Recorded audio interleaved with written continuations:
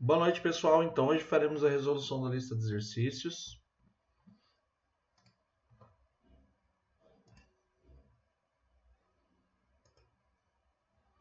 Essa é a lista de exercícios que resolveremos.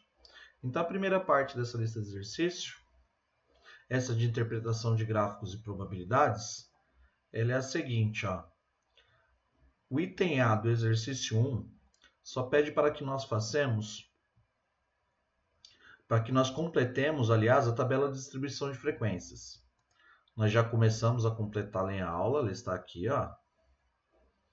O que nós faremos agora é, no exercício B, observem aqui está o completamento daquela planilha, 1, 2, 3, 4 colunas. O que nós faremos agora na sequência é marcar o ponto médio das classes para que nós possamos calcular as medidas de tendência central. Lembrando que para poder calculá-las é necessário que nós marquemos o ponto médio de cada classe aqui. Então vamos lá para a marcação do ponto médio das classes.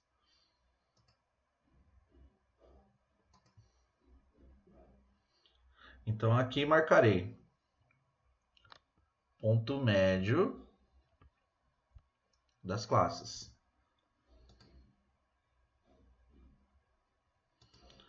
Observando que o ponto médio da classe é o ponto que fica exatamente entre 300 e 500 aqui, ó. O ponto que fica exatamente entre 300 e 500 é o ponto médio de cada uma das classes. Faça assim, ó, 300 mais 500, 800. Dividido por 2, 400. Uma vez que marquei o primeiro aqui, ó, eu tenho duas opções. Ou eu observo que a amplitude de cada uma das classes. Observo que a amplitude de cada uma das classes é 200, ó, lembrando do que a amplitude de classe vai de 300 até 500. Do 300 até o 500, caminhamos 200. 500 a 700, 200. 700 a 900, 200. 900 para chegar em 1.100, 200 também. 1.100 para 1.300, 200 também. Se a amplitude da classe aqui são todas iguais, a amplitude aqui, o ponto médio também variará de 200 em 200. Então, se aqui é 400, o próximo ponto médio das classes aqui será 600, o próximo será 800,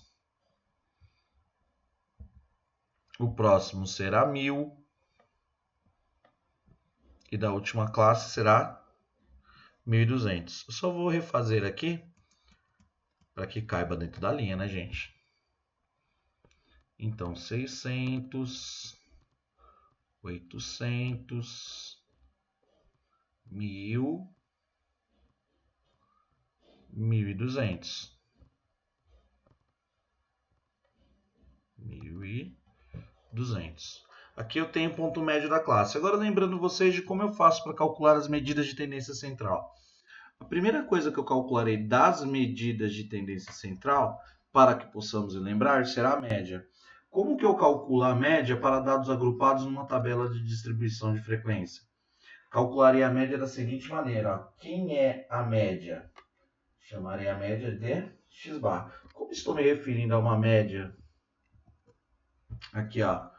Como eu estou falando da média de salários, vou colocar como S maiúsculo, módulozinho em cima. Então, qual será a média de salários? Para que possamos calcular a média, terei de pensar da seguinte maneira. Ó. Eu imagino assim, esse ponto médio, 400, é a média que está aqui, ó, entre 300 e 500, eu tenho 400. Então, é como se esses 30 empregados que estão na primeira classe, se todos eles ganhassem em média R$400, com uma variação de 100 para menos e 100 para mais. Então, na verdade, quando nós calculamos a média para dados agrupados em uma tabela de distribuição de frequências, nós utilizamos aqui o conceito de média ponderada. É simplesmente assim, ó.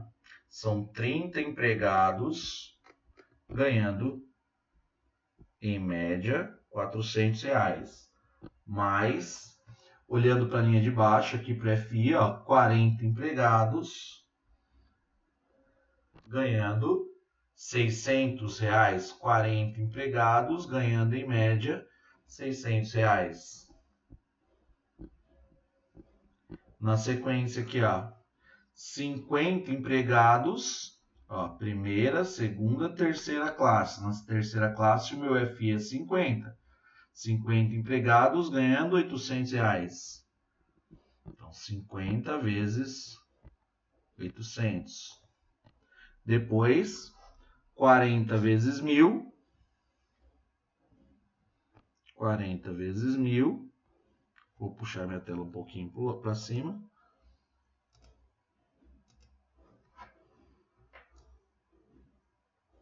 E um pouquinho para cá. 40 vezes 1.000. E por fim, mais 40 vezes 1.200. Mais 40. Diminui um pouquinho o zoom para caber. 40 vezes 1.200. Tudo isso dividido por quanto? Tudo isso dividido pelo total de elementos da minha amostra. Lembrando que o total de elementos da minha amostra sempre se localiza na última linha da coluna da frequência acumulada. Ó. Então, nessa empresa, eu tenho 200 empregados. Ou, para quem gosta de lembrar lá da média ponderada, basta que somemos os coeficientes de ponderação. Ó. 30, mais 40, 70, mais 50, 120, mais 40, 60, mais 40, 200. Então, tudo isso dividido por 200. Portanto, a média será de... Só pegar a calculadorinha e fazer lá. Ó. Na verdade, na calculadora seria 30 vezes 400, mais 40 vezes 600, mais 50 vezes 800,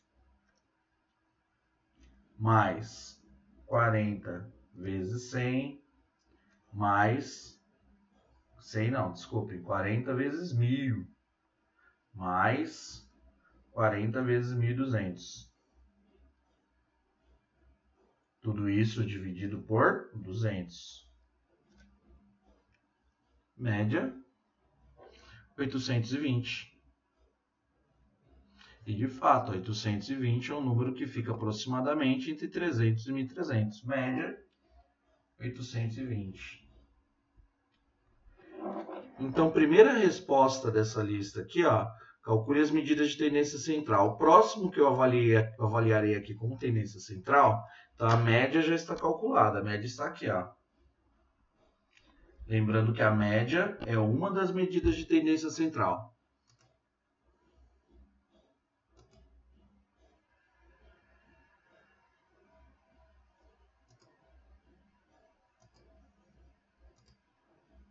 A média está ali, 820. Agora, o que eu calcularei? Ó? Não precisarei de mais nada disso, já completei a tabela de distribuição de frequências, já calculei a média. Então, apagarei aqui.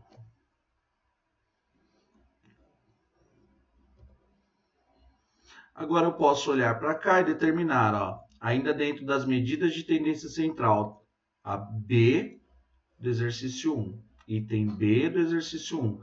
Medidas de tendência central. Agora determinarei a classe modal. Classe modal é a classe que contém o maior número de elementos, o maior FI aqui, ó. Primeira classe, segunda classe, terceira classe, ó.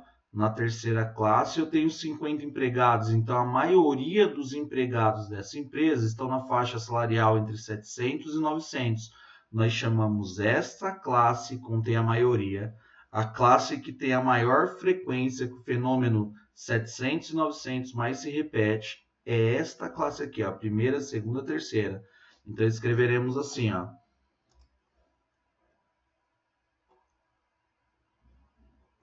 Escreveremos que a nossa classe modal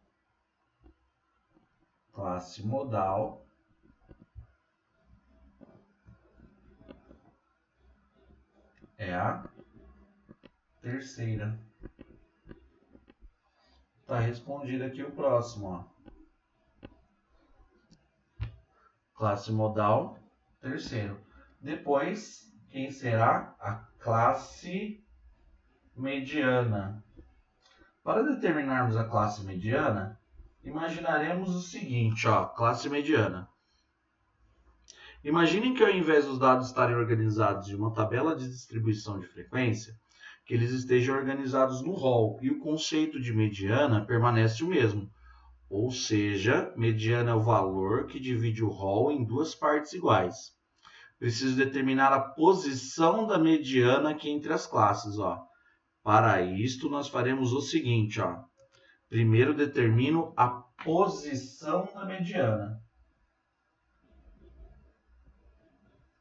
Posição da mediana é dada pela fórmula n mais 1 dividido por 2. Para este caso específico aqui, o n vale 200. Então, a posição da mediana será 200. São 200 elementos na minha amostra, mais 1 dividido por 2. 200 mais 1, 201. 201 dividido por 2, 100,5.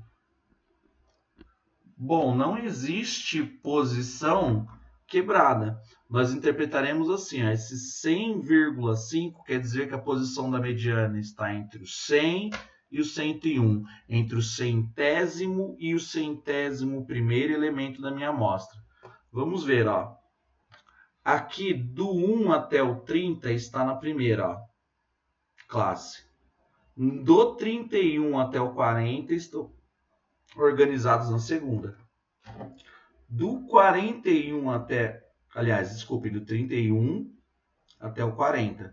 Portanto, aqui eu tenho os 70 primeiros. Então, aqui dentro dessa classe, estaria até o candidato 70, o 70º candidato. Agora, do 71º até o 120º, o de número 120 estaria aqui, ó. Afinal, 30 mais 40, 70.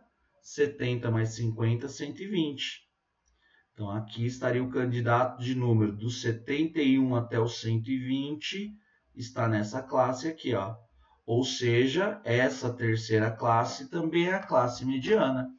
Então, escrevemos assim, a classe mediana também é a terceira classe.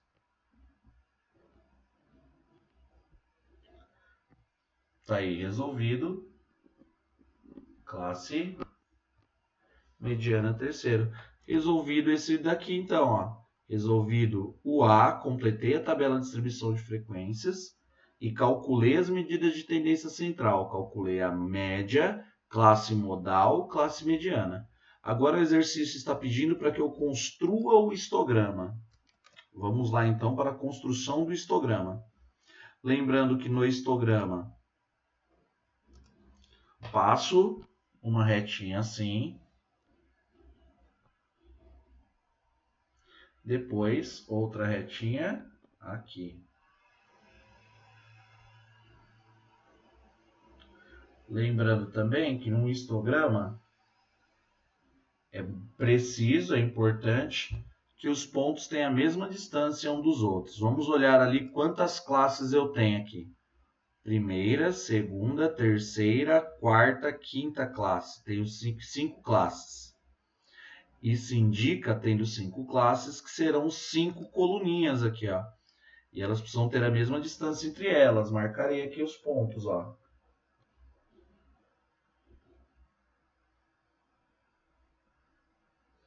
Não está marcando por causa da régua. Tá. Marcarei mais ou menos aqui distantes aqui os pontos, ó.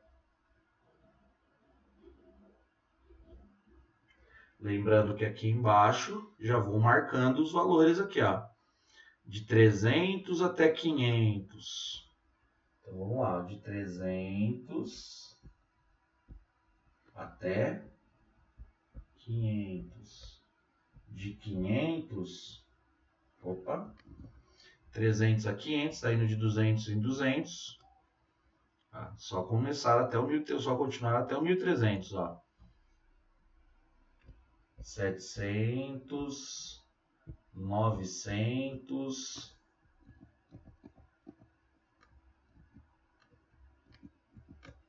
900, 1.100, 1.300.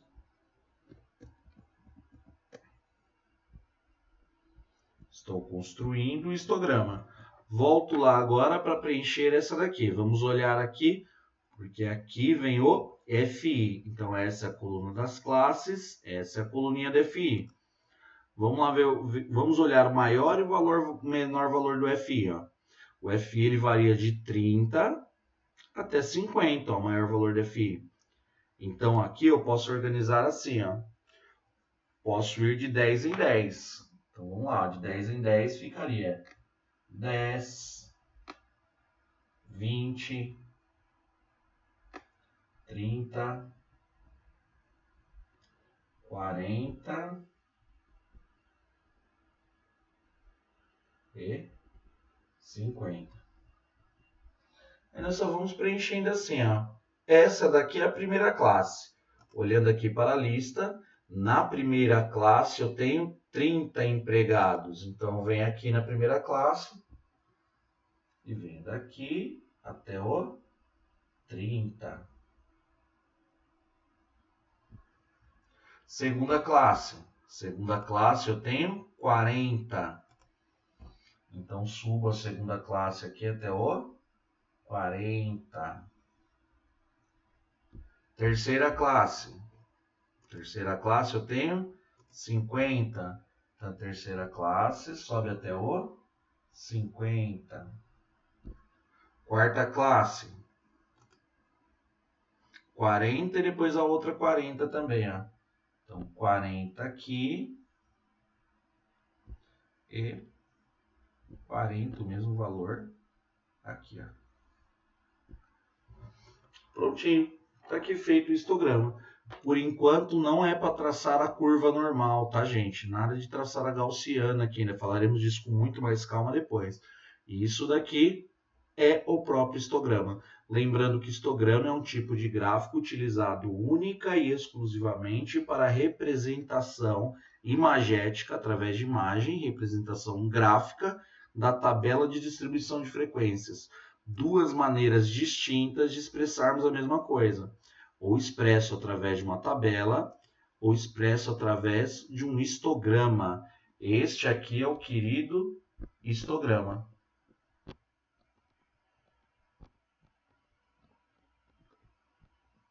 Histograma. Tá aqui, histograma. Então, feito mais um exercício aqui da lista, ó. Construir histograma. Agora, atenção, ó. Vamos lá. Para esta pergunta. Qual a probabilidade de escolhermos ao acaso, só apagar tudo aqui.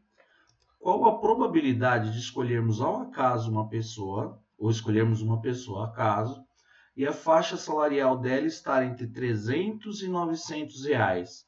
Vamos olhar aqui, ó, entre 300 e 900 reais, quantas pessoas tem?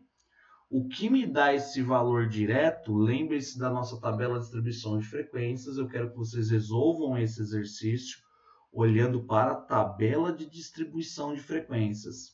Lá na tabela de distribuição de frequências, nós vamos olhar para a coluna do FA para saber quantos tem, ó, do 300 até o 900. Quantas pessoas tem do 300 até o 900? Ó? Do 300 até o 900, nós temos 30 mais 40, 70, com mais 50, 120. Então, nós temos 120 pessoas nessa faixa salarial. Se nós olharmos direto aqui, ó, do 300 até o 900, com a tabela pronta, tá, gente? Na tabela de vocês, e olharmos aqui para a coluna do FA, nós veremos que aqui estará o 120. Isto significa que entre 300 e 900 reais há 120 empregados. Então, são 120 possibilidades, são 120 que eu quero sobre 200 que eu tenho. Lembrando que nós assumimos a probabilidade na outra aula sempre com o que eu quero sobre o que eu tenho. O resultado vezes 100, porque determinaremos que em estatística e probabilidade só expressaremos a probabilidade sempre em porcentagem. Então vamos lá. Eu quero saber a probabilidade dos 120 funcionários que ganham entre 300 e 900 reais, mas eu tenho 200 funcionários. Multiplico o resultado vezes 100 só para que a minha probabilidade saia em porcentagem. Então, qual é a probabilidade ao acaso encontrarmos um funcionário desse? Basta realizarmos essa continha aritmética aí, 120 dividido por 200, o resultado vezes 100. Isso vai dar exatamente 60%. A probabilidade de, ao acaso, eu encontrar um funcionário nessa faixa salarial é de 60%. Outro jeito de se fazer, tá, gente? Muita atenção, agora que já justifiquei para vocês, bastaria olhar para o FRA, a frequência relativa acumulada da minha tabela de distribuição de frequências pronta, que eu já apaguei aqui por conta de espaços na lousa. Então, se eu olhasse diretamente para o FRA, eu já saberia qual é a probabilidade. Opa, professor, então também usamos a tabela de distribuição de frequências para cálculos de probabilidade? A resposta é sim, usamos a tabela de distribuição de frequências também para cálculos de probabilidade. Então está respondida essa, a probabilidade é de 60%. Afinal de contas, 60% dos funcionários estão nessa faixa salarial.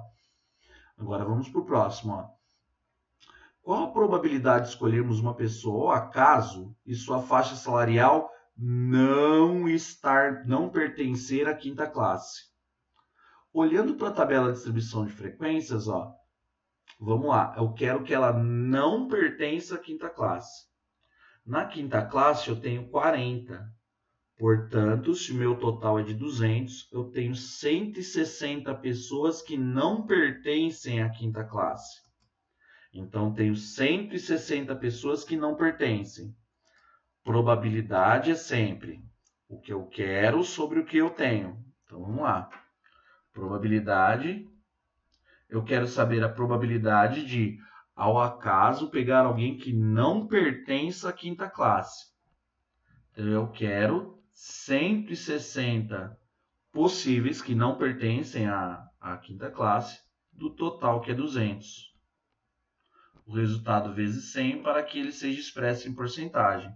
Portanto, a probabilidade de ocorrência desse fenômeno será essa continha aritmética aí agora. 160 dividido por 200 e o resultado vezes 100 para que seja expresso em porcentagem, 80%. Então, a probabilidade de eu escolher uma pessoa ao acaso e ela não estar na quinta classe é de 80%.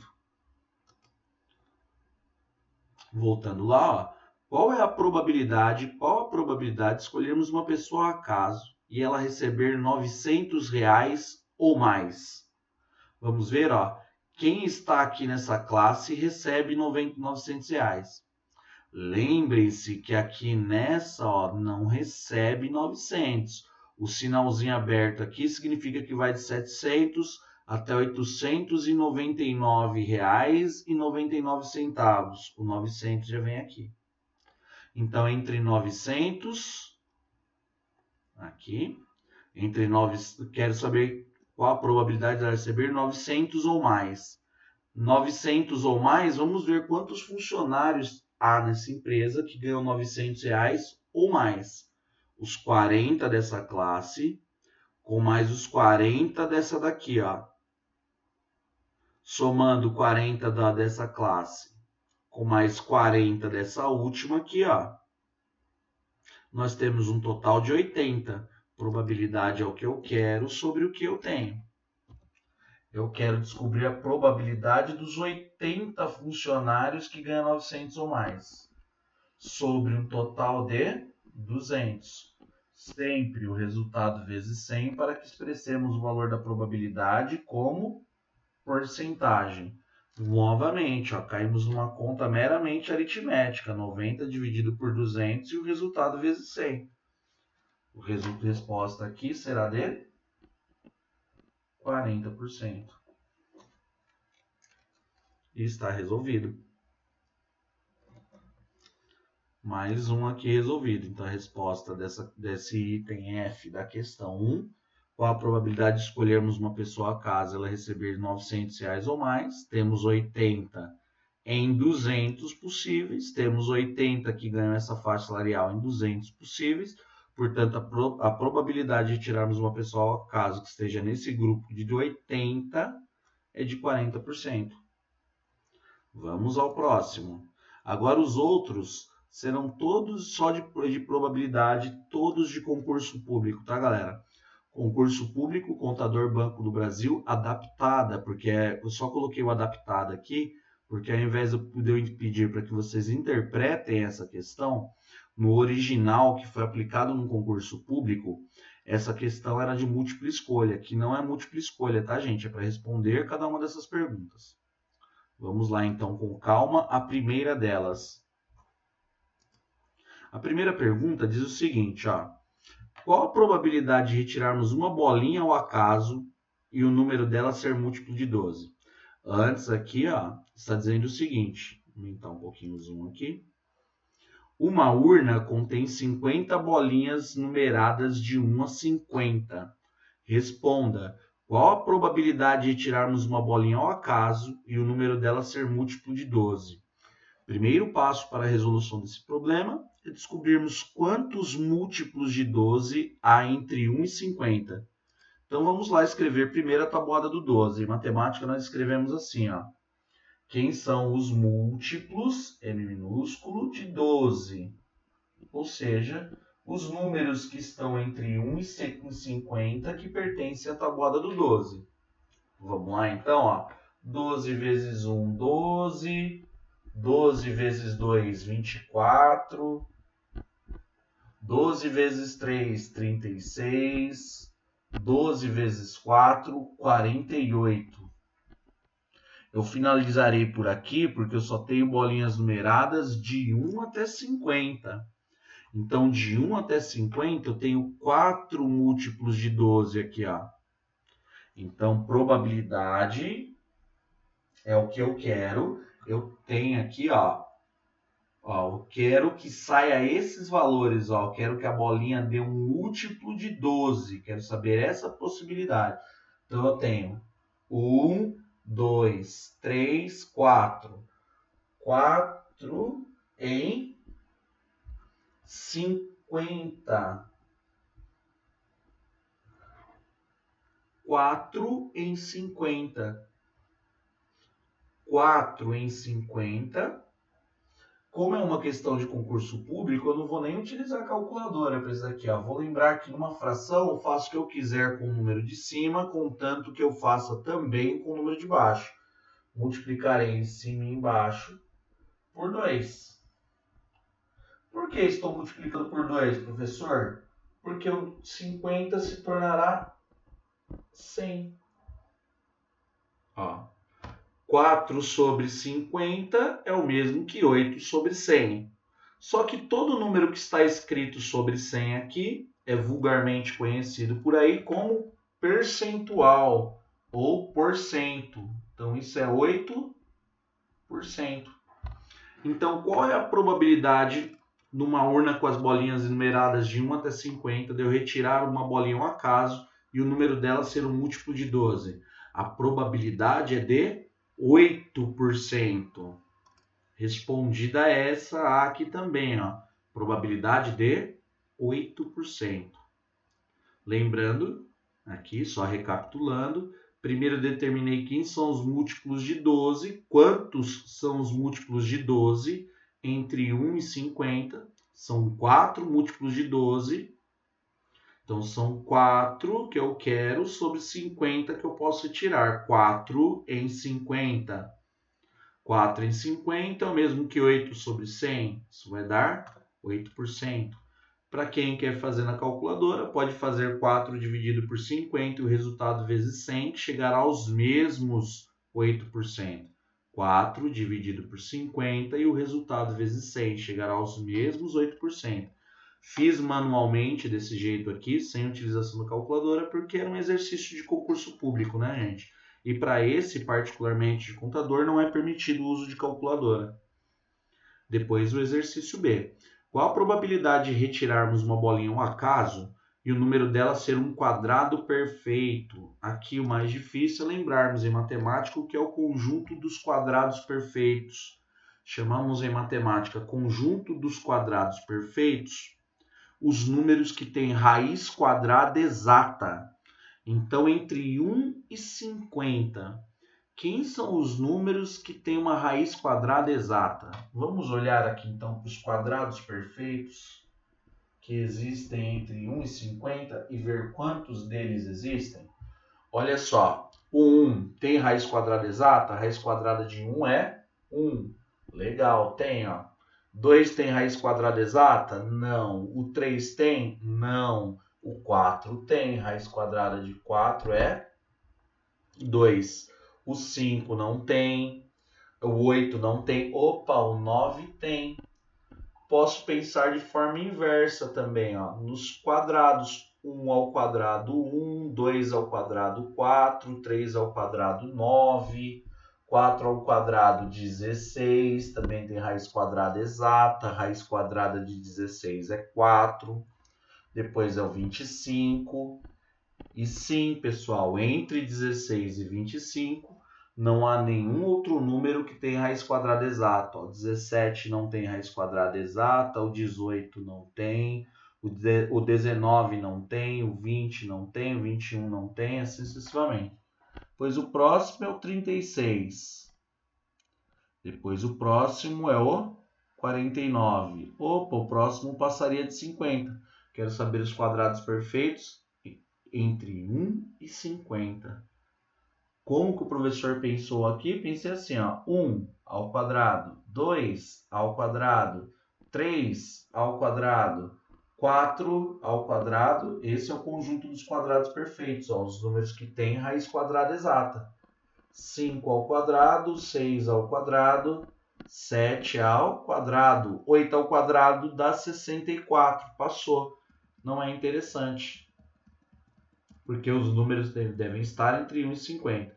Vamos lá, entre 1 e 50, quantos quadrados perfeitos eu tenho? 1, 2, 3, 4, 5, 6, 7.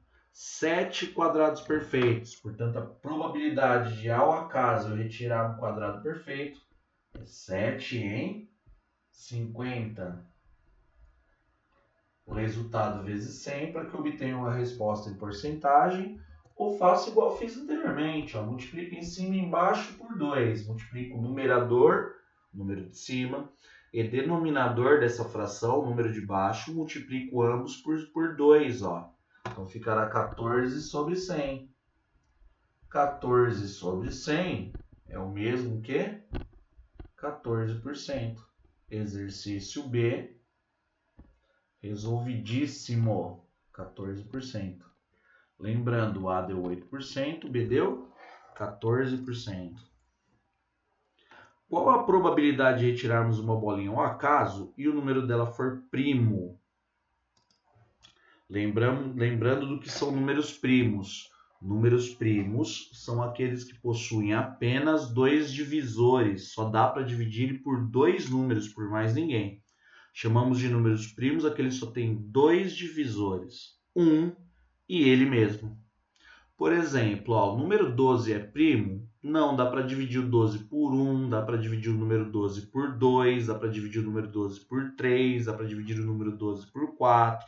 E dão sempre respostas exatas, respostas inteiras também. O 12 não é primo. Vou tentar fazer o mesmo com o 19. Ó.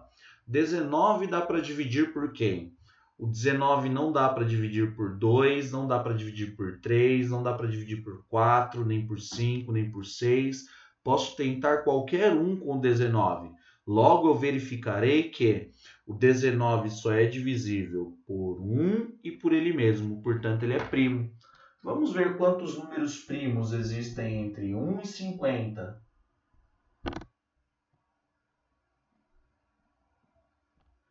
Vamos lá, ó. O 2 é primo, inclusive o 2 é o único primo par. 2 só dá para dividir por 1 e por ele mesmo. O 2 é primo, o 3 é primo, o 5 é primo, o 7 é primo, 11 é primo, o 13 é um número primo, 17 é primo, 19 é primo, vou continuar na linha de baixo, 23 é primo, próximo depois do 23, 29 é primo,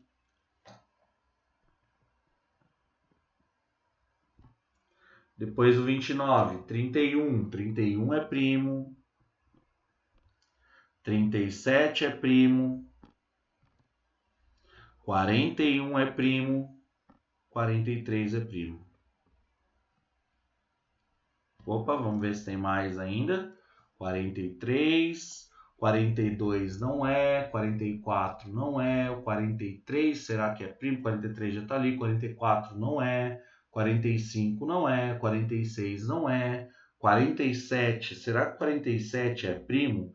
Dá para dividir o 47 por 2? Não, não dá para dividir por 2, não dá para dividir por 3, não dá para dividir por 4, não dá para dividir por 5, não dá para dividir por 6, não dá para dividir por 7, não dá para dividir por 8. Opa, 47 é primo. Esse é o conjunto de todos os números primos contidos entre 1 e 50. Agora que tenho todos os números primos contidos entre 1 e 50, vamos contá-los. 1, 2, 3, 4, 5, 6, 7, 8, 9, 10, 11, 12, 13, 14, 15 números primos entre 1 e 50. Então, 15 em 50.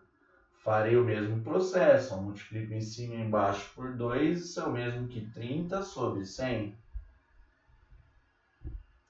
30 sobre 100 é o mesmo que 30%. Tá aqui, ó. Essa é a resposta da questão C. Vamos para o outro, exercíciozinho de vestibular, mas é um exercício bem legal aí. Só recapitulando. Questão A, 12%. Essa outra aqui, se eu não me engano, deu. Tchan, tchan, tchan. Probabilidade de tirarmos ao acaso uma bolinha ser um quadrado perfeito.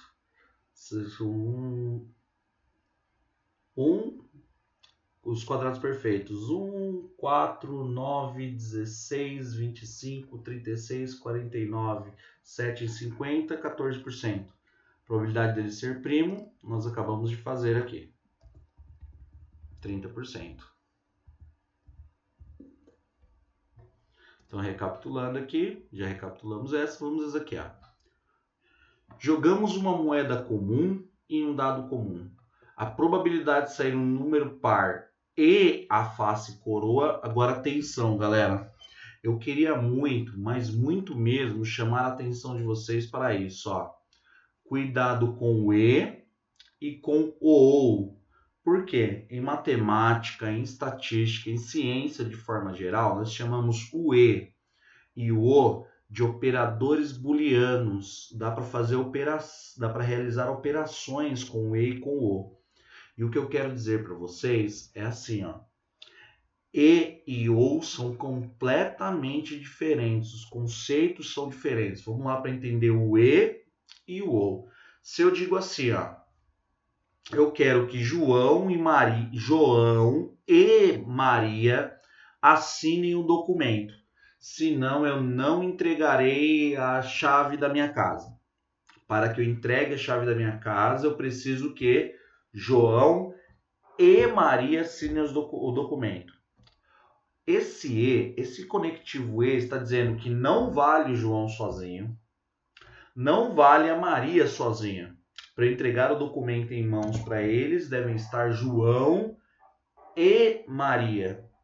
Já se fosse o ou, se eu dissesse, para que eu entregue o documento da casa em mãos, da minha casa em mãos, ou a chave da minha casa em mãos, ou não importa o que fosse entregar, olha para a frase que eu quero analisar, os operadores booleanos e ou. Olha como o ou muda tudo. Quando eu digo, entregarei para João ou Maria, isso quer dizer que se o João for lá retirar, ele pode receber.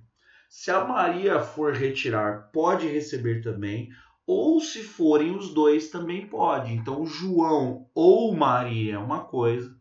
João e Maria é outra completamente diferente. Quando tratamos de probabilidade, isso é extremamente importante. Então, olha só, voltando aqui. Jogamos uma moeda comum e o dado comum. A probabilidade de ser um número par e a face coroa é... Se esse exercício estivesse dizendo assim, ó, sair um número par ou a face coroa, ia mudar completamente. Porque aí, ó, qualquer número par do dado serve. Então, deu par, deu número par. Com cara, serve, é resultado que me fortalece, que é o resultado que eu quero. Se sair um número par com coroa, é um resultado que eu quero também, serve. Sai um número ímpar com a face coroa, se aqui fosse ou. Sai um número ímpar com a face coroa, serve. Sai um número par com a face coroa, também me serve. Exercícios assim nós não trabalharemos aqui, porque não é conteúdo nem de contadores e nem de administradores. Mas só para dizerem que não falei só para não dizerem que não falei das flores, um exercício como esse deveria ser resolvido por análise combinatória, o que na prática não é o nosso caso aqui. Então vamos lá. Aqui nós temos um caso claro de probabilidade condicional. Lembrando da outra aula, mas lembraremos aqui também. Toda vez que eu condiciono uma probabilidade, os resultados deles são multiplicados. Então vamos lá. Condicionei a minha probabilidade. Então tem que sair um número par num dado. Então no dado tem que sair um número par. Quantos números pares tem no dado? O dado é numerado de 1 até 6. Então tenho 2, 4 e 6. São 3 números pares. Então primeiro eu calcularei aqui em preto, a probabilidade do dado. Então, são 3 em 6 possíveis. Antes de eu multiplicar, eu não transformo em porcentagem, por um motivo muito simples que falo para vocês desde lá do primeiro bimestre.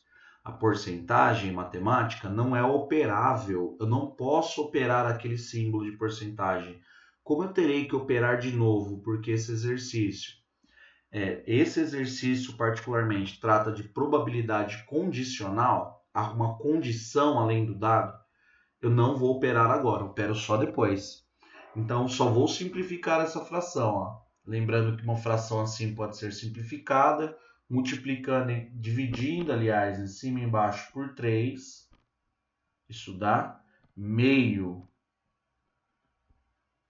Essa é a probabilidade do dado sair com a face par para cima. Quem não quiser simplificar, como vocês estão trabalhando com calculadora, pode, tá, gente? Deixa 3/6 mesmo. Isto não interferirá em absolutamente nada no resultado. Agora eu vou ver a probabilidade da coroa. Uma moeda tem duas faces. Portanto, a probabilidade de dar coroa ou de dar cara sempre será metade. Então, agora eu verei a probabilidade em vermelho aqui. A probabilidade da moeda. Uma face em duas que existem. Mesma coisa, meio. Agora, na probabilidade condicional, que é o nosso caso específico aqui, ó, vou colocar PC aqui de probabilidade condicional. O resultado será dado pela probabilidade do dado vezes a probabilidade da moeda.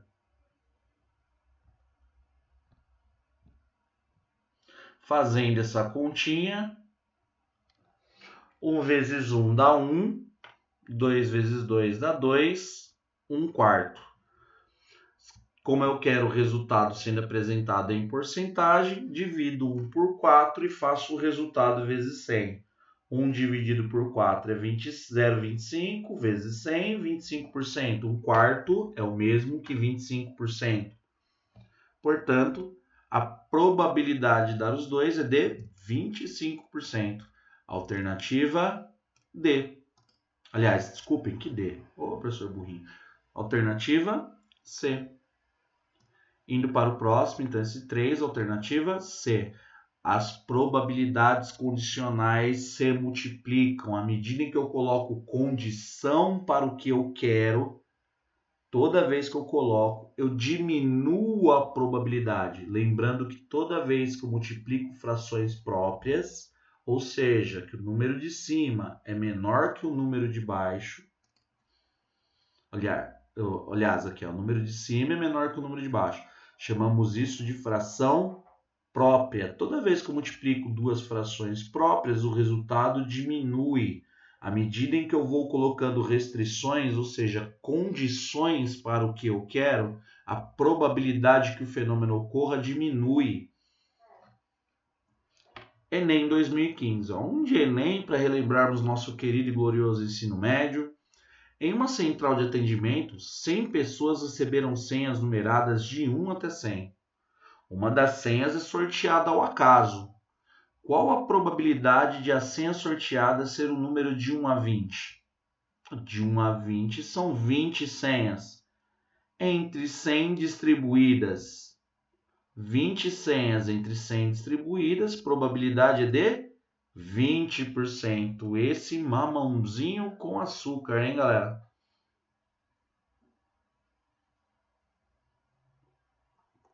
Vamos lá. Esse daqui já é um pouquinho mais difícil, tanto que nós trabalharemos um pouco mais em cima desse exercício aqui, tá? Vamos lá, calma nele. Não sei nem se ele é mais difícil, tá, gente? Podemos dizer tranquilamente que ele é um pouco mais trabalhoso só. Esse exercício foi retirado do concurso público para analista contábil do Banco do Brasil 2010. Vamos lá. Numa loja trabalham Ana, Bianca, Cláudio, Danilo e Eduardo. Eles se reúnem em duplas para trabalhar todos os dias. Qual a probabilidade de irmos um dia a esta loja ao acaso e encontrarmos o Eduardo trabalhando? Vamos ver como é que funciona? Primeira coisa que eu achei interessante foi que as pessoas que pensaram nessa questão aqui, que desenvolveram essa questão para colocar nesse concurso público, eles foram bonzinhos, ó. Por que eles foram bonzinhos? Ana, A, Bianca, B, Cláudio, C, a letra inicial do nome, ó. Danilo, D, Eduardo, E. Então tem o funcionário A, B, utilizando só a inicial dos nomes, A, B, C, D e E. Então vamos lá, esse exercício nós resolvemos assim. Primeiro que eles trabalham em duplas, ó, eles se reúnem em duplas para trabalhar. Vamos ver todas as duplas possíveis aqui, ó. Vamos lá. Ó. Primeiro são as duplas envolvendo Ana. Então pode trabalhar Ana e Bianca. Pode-se trabalhar Ana e Cláudio. Pode-se trabalhar Ana e o nome com D, eu acho que era Danilo, mas agora não importa.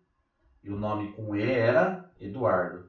Essas são todas as duplas possíveis envolvendo a Ana.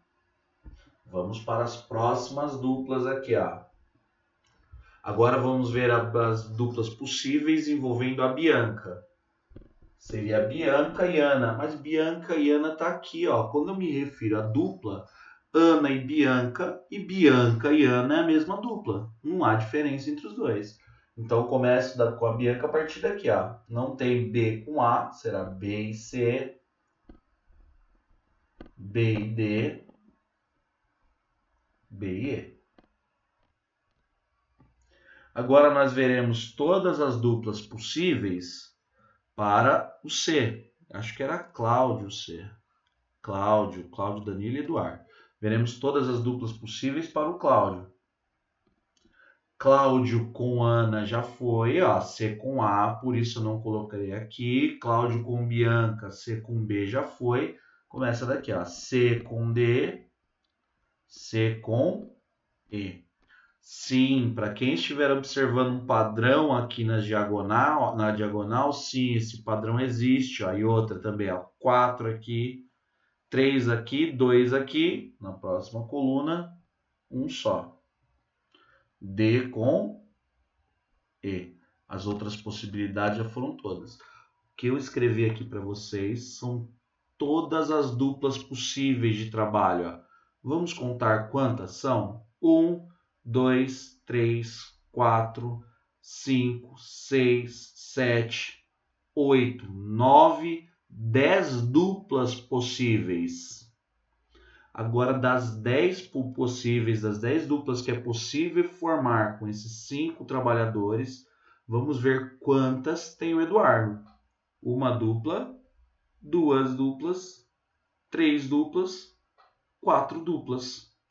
Ou seja, a probabilidade de eu encontrar o Eduardo trabalhando é de 4 em 10. Resultado vezes 100 para transformar em porcentagem. 4 sobre 10. E o resultado vezes 100. Isso vai dar 40%, né, galera? Não precisava nem de calculadorinha. Resposta correta dessa questão 5, 40%. Então vamos lá, recapitulando. Primeiro contei todas as duplas possíveis de serem formadas com Ana, Bianca, Cláudio, Danilo e Eduardo. Contei todas, ó. Desculpem, pessoal. Pode contar vocês que rapidamente perceberão que não tem como eu montar outra dupla. Ó. São 10 duplas possíveis envolvendo 4 pessoas. Depois eu vi quantas duplas contei o Eduardo. Ó. O Eduardo aparece em apenas 4 dessas duplas possíveis. Detalhe, tá, gente? Todos eles aparecem 4 vezes. Olha as duplas possíveis com a Ana, ó, 4. Olha as duplas possíveis com a Bianca. Opa, mas se eu olhar para cá, eu vejo a Bianca também, ó. Olha as duplas possíveis aqui, ó. Mas se eu olhar aqui e aqui, eu também vejo. Então, todos são 4. Então, a resposta disso, 4 em 10, 40%. Vamos lá para a questão 6, pessoal. O gráfico a seguir diz respeito aos resultados obtidos por uma turma de alunos de um curso preparatório específico para professor de educação básica. Resultados dos professores no curso preparatório. Esses são os resultados, ó. Então, nesse curso preparatório de professores, nós tivemos 2 professores que foram ruins, 2 professores tiveram nota bom, ó. Aliás, 4 professores tiveram nota bom, 6 professores tiveram nota ótimo, 1 professor teve nota excelente, ó. Então, aqui é um gráfico para expressar as notas dos professores, as notas obtidas pelos professores num curso preparatório específico. Para continuar no mercado, é necessário que esse curso aprove pelo menos 70% de seus alunos, que, por sua vez, são professores especializando-se. Sabendo que os aprovados são apenas aqueles que obtiveram resultado ótimo ou excelente, podemos afirmar que esse curso continuará no mercado? Justifique sua resposta. Esse já é um exercício de interpretação de gráfico. Vamos interpretá-lo. Para continuar no mercado, é necessário que esse curso aprove 70% de seus alunos. E os aprovados só são ótimo ou excelente. Vamos ver quantos ótimos nós temos. Nós temos 6 ótimos e 1 excelente. Portanto, temos 7 ótimo e excelente. Ele tem que aprovar. Então, só 7 foram aprovados, porque para ser aprovado nesse concurso, você tem que ter a nota ótimo ou excelente. 6 ótimos, 1 excelente, tivemos 7 aprovados. Para o curso continuar no mercado, precisa aprovar 70%. Agora eu vou perguntar, dos 7 aprovados representam que percentual do total? Vamos ver o total, quantos são? Ó. 2 aqui, com mais 4 aqui, 6. Com mais 6 aqui, 12. Com mais 1 aqui, 13. Então, temos um total de 13 pessoas que fizeram a prova. 7 foram aprovados. Então, são 13 que fizeram, reunindo todos, com 7 aprovados. Com 7 com nota ótimo ou excelente. Lembrando, ó, professor, de onde veio 13? Ó? 2 tiraram nota ruim. Com mais 4 que tiraram nota bom, 6. Com mais 6 que tiraram nota ótimo, 12. Com mais 1 que tirou nota excelente, 13. Foram aprovados 7 em 13. Vamos ver o percentual de 7 em 13? 7 a parte sobre o todo, e para que eu obtenha o resultado em porcentagem, vezes 100. Fazendo essa continha pura e simplesmente aritmética, só com números, 7 dividido por 3 vezes 100, isso vai dar 53,85%. 53,85%. 53,85%. O curso aprova ou não aprova? O curso segue funcionando ou não segue? Não, para o curso continuar no mercado, ele tem que aprovar 70%. O cursinho tá mal, olha, aprovou só 53,85%. Então a resposta aqui é: pode-se afirmar que esse curso continuará no mercado? Não, ele não continuará no mercado. Justificativa, justifica a sua resposta. Ele não continuará no mercado porque ele foi capaz de aprovar apenas 53,85% dos alunos, quando na verdade a sua meta era aprovar 70% para continuar no mercado. Então, não, o curso não continua no mercado. Com relação aos dados apresentados no gráfico de colunas acima, qual a probabilidade de escolhermos ao acaso um aluno do curso e o mesmo ter uma nota considerada excelente? Então vem aqui entre essas 13 pessoas e retira aleatoriamente um. Qual é a probabilidade de eu tirar esse que ficou com excelente? Com excelência, nota excelente. Simplão, né, gente?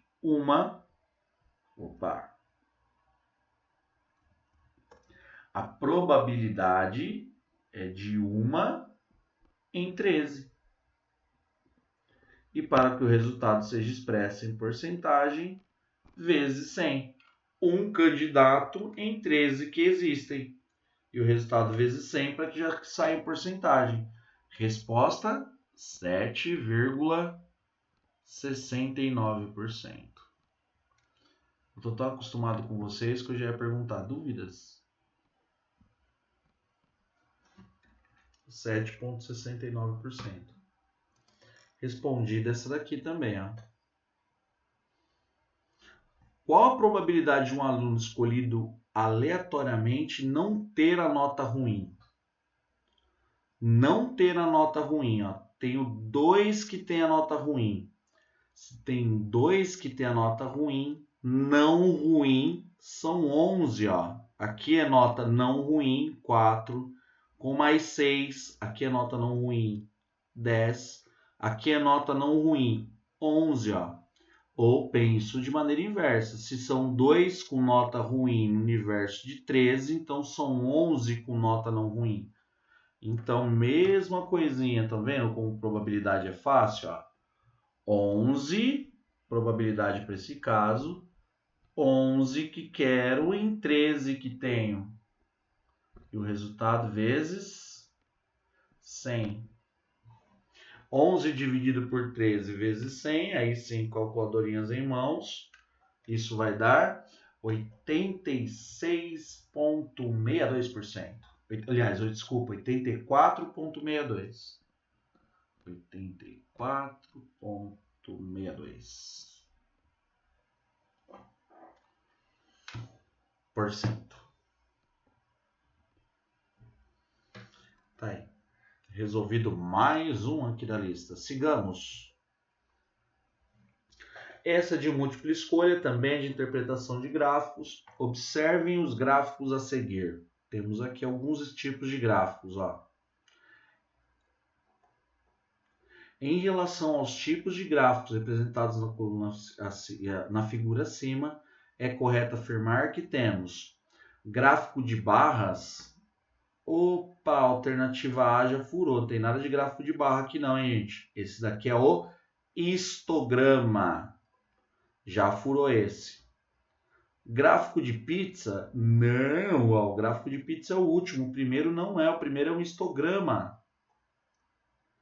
C, será que o primeiro é um histograma? Vamos lê-la. Leremos a questão.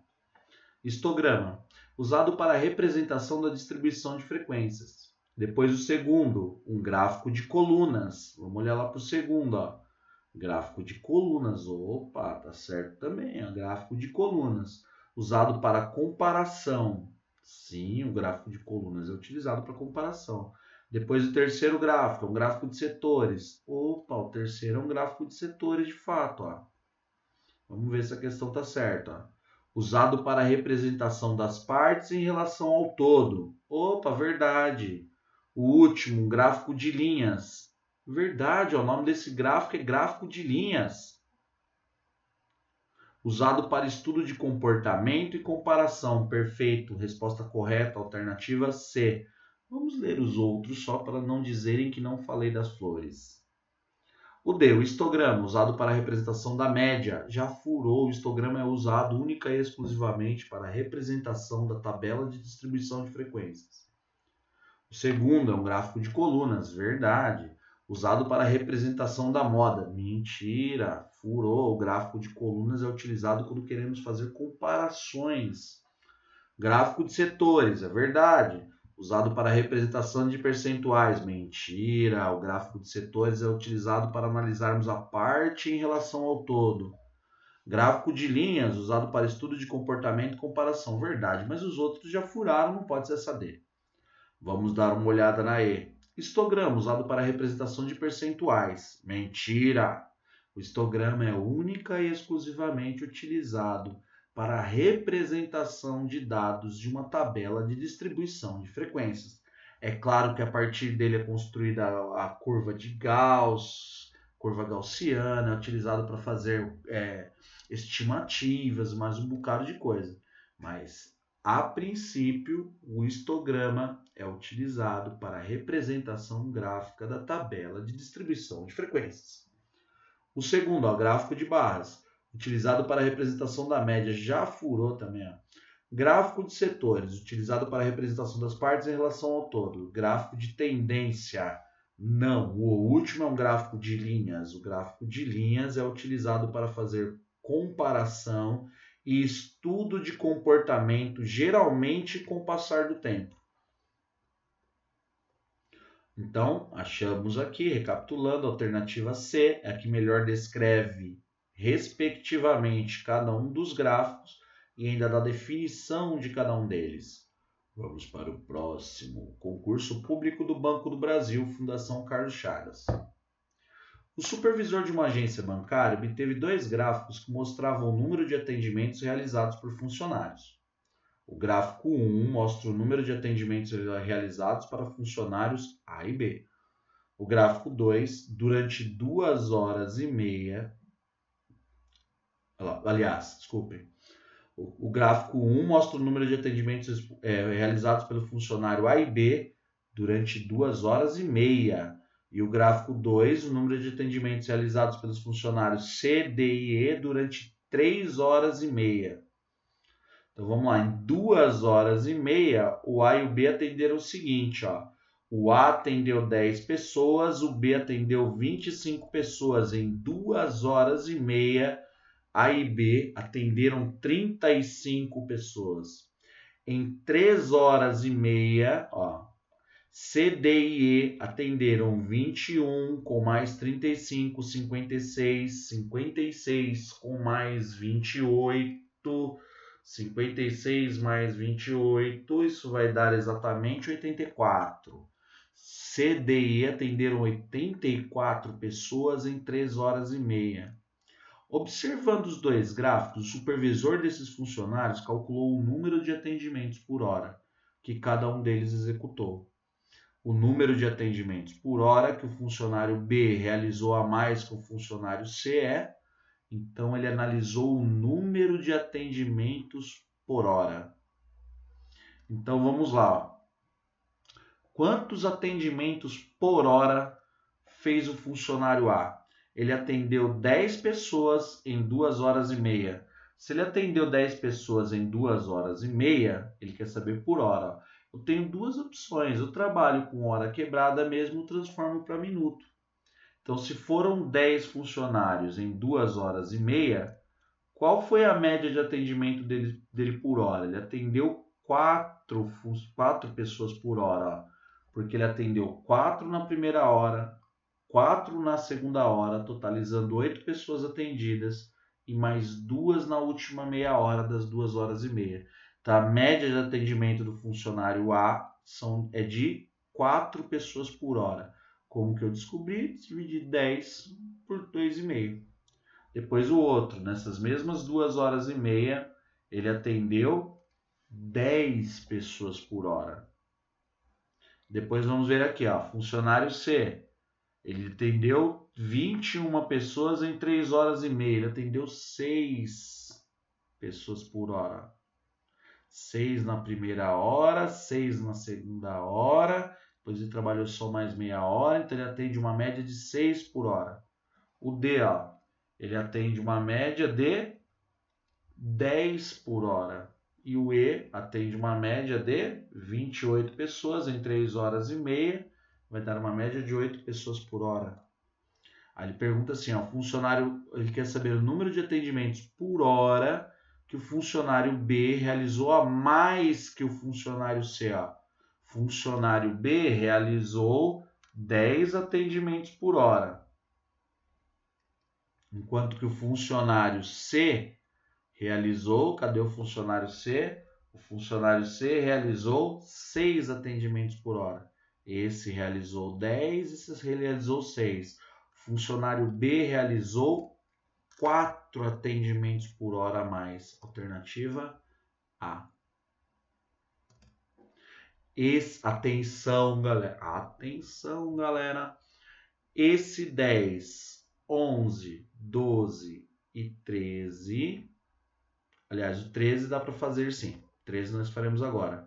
Os exercícios 10, 11, 12 não é para fazer por enquanto, tá bom? Não é para fazer por enquanto. Esse 10, 11 e 12 já é de curva de Gauss que aprenderemos na próxima aula. O que nós faremos agora é esse 13 aqui, ó. Então vamos lá, o 13. O gráfico abaixo refere a percentual de acidentes de trânsito na cidade de São Paulo. Tá aqui, ó.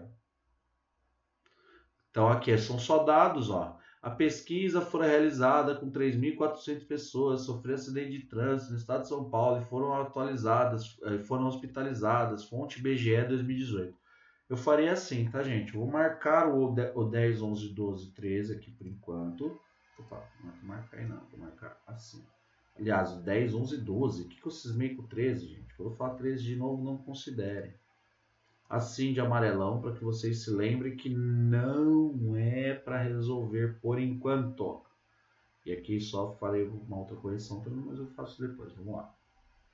Então aqui eu tenho um gráfico de setores. Isso implica que o número de acidentados não costuma variar muito. O que varia são os tipos de acidente. Mas vamos lá, já interpretando esse gráfico de Pitts. Ó. Qual a probabilidade de irmos a um hospital ao acaso e entrevistarmos uma pessoa que sofreu uma capotagem e depois um atropelamento? Pensa num cara azarado. Primeiro o cara capota e depois, na sequência, o cara ainda é atropelado. Será que tem a probabilidade disso? Vamos olhar, porque esses são dados reais do IBGE. Será que tem essa probabilidade? Se tiver, é uma probabilidade de quantos por cento? Então, ele capotou, vamos ver a probabilidade de tombamento com capotagem. Ó. Probabilidade de tombamento com capotagem é de 4%. Ó. Depois, probabilidade de atropelamento. Ó. Esse daqui todo pontilhado, 18%. Probabilidades condicionais se multiplicam, 4% e 18%. Não multipliquem números com percentuais. Sempre já transformou para fração. 4% vezes o percentual de... Esse foi de capotagem, atropelamento, 18%. Vezes 18%. Ou faço assim... Certo? 4 vezes 18, tranquilinho. 4 vezes 18 vai dar 72. 100 vezes 100 10.000, pois 72 dividido por 10.000 e o resultado vezes 100 para obter a resposta em percentual. A chance é de 0,72%. Professor, daria para fazer com decimal? Daria. 4% é o mesmo que 0,04. 18%, que é o índice de atropelados, 0,18. Isso vai dar 1, 2, 3, 4 casas após a vírgula, 0,072.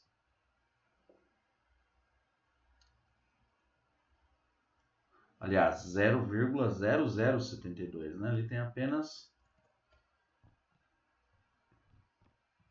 3 casas após a vírgula, aqui são 4.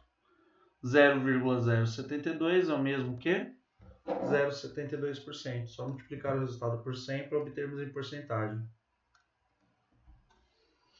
Então, essa é a probabilidade de encontrarmos. A probabilidade é de 0,72%. Qual a probabilidade de escolhermos ao acaso uma pessoa que sofreu acidente de trânsito em São Paulo e ela ter sofrido um tombamento, capotagem ou a mudança aqui, ou atropelamento? Aqui muda tudo, tá, gente? Por quê? Aqui nós pensaremos assim, ó. Capotagem ou atropelamento. Se eu pegar uma pessoa do grupo capotagem, ó, os 4%, vale. Tá certo? Se eu pegar o grupo, cadê? Atropelamento, que é aqui 18%, também vale. Quando nós temos esse conectivo ou, nós faremos assim, ó.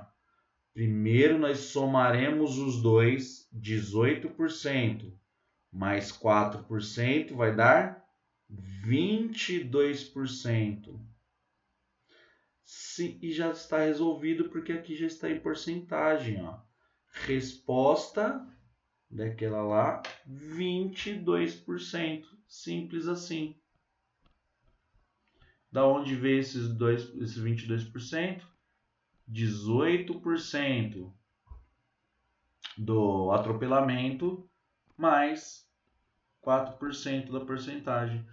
Por que isso, gente? Lembrando, ó, o ou quer dizer que valem os dois, valem tanto que foi atropelado quanto que foi o que sofreu capotagem.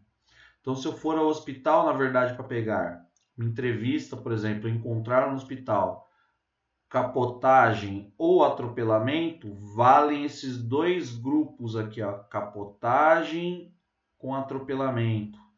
Isso representa 22% do total, ó. Então, de todos os acidentados de trânsito, eles representam 22%, 22 a cada 100. Já é a própria porcentagem. O C, ó. Nesta pesquisa, quantas pessoas não informaram a causa de seu acidente? Vamos ver aqui. Quantas pessoas não informaram a causa do acidente? Vamos olhar aqui. Não informado, ó. 8%. Agora atenção aqui, tá? Ele não pergunta qual percentual de pessoas não informou o acidente. Ele pergunta, ó. Cadê aqui? Oh, meu Deus. Nesta pesquisa, quantas pessoas? Ele quer saber a quantidade de pessoas e não percentual. 8%. Desculpa, pessoal. 8% de 3.400. 0,088%. O D em matemática nós expressamos assim, de 3.400. 8% de 3.400, fazendo a continha lá, isso vai dar exatamente 272 pessoas. 272 pessoas acidentadas no trânsito resolveram não informar a causa do seu acidente. Qual a probabilidade de escolhermos uma pessoa ao acaso e ela ter sofrido um tombamento, capotagem e choque com objeto físico? Os dois ao mesmo tempo. Esse E probabilidade condicional. Vamos lá.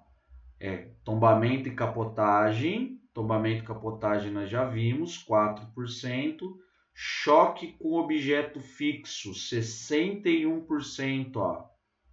Eu quero encontrar alguém que sofreu os dois, ó.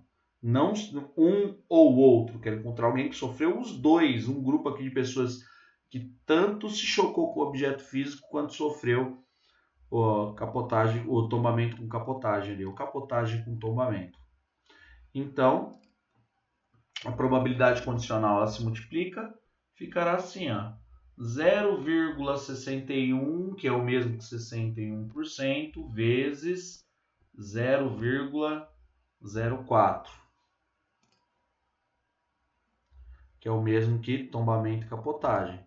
Fazendo essa conta, poderia fazer na forma de fração também, é critério de cada um, vezes 0,04. Isso vai dar 0,00244. Transformando isso para porcentagem, ou seja, multiplicando por 100, 2,44%. Essa é a probabilidade. 2,44%. Respondida mais uma. E agora a última, por enquanto, dessa lista. Qual a probabilidade de irmos ao acaso a um hospital e não encontrarmos um caso de atropelamento? São 4% de atropelamento. Ó. A probabilidade de não encontrar todo mundo que está fora disso é não atropelamento. Então é só eu somar aqui, ó. 61 mais 8, 69. 61 mais 8, 69. Mais 9 vai dar 61 mais 9. 61 mais 8, 69. 69 mais 9, 78. 78 mais 18 vai dar exatamente 96. 96%. 96% são as pessoas não atropeladas. Ou seja, o atropelamento representa apenas 4% dos hospitalizados por acidente de trânsito. E os não atropelados representam 96%.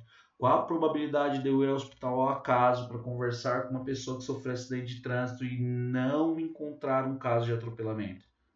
A probabilidade é de 96%. Está resolvido isso daqui. Está resolvido toda a lista.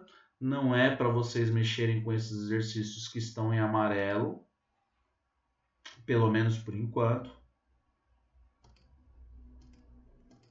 Porque esses exercícios que estão em amarelo tratam-se de curva gaussiana, que é o que aprenderemos na sequência, né? A utilização da curva gaussiana junto com os histogramas. Galera, novamente eu queria pedir desculpa para vocês pelo probleminha técnico. Já subirei esse vídeo para o YouTube na sequência. Acabou dando quase o mesmo tempo de aula aqui o vídeo. Espero que tenha ajudado. Se tiver com dúvidas ainda, não mordam os cotovelos, não tentem morder os ombros, não saia brigando com o cachorrinho, com a cadelinha ou com o gatinho, não saia batendo porta de banheiro. Faz o seguinte, tá, gente?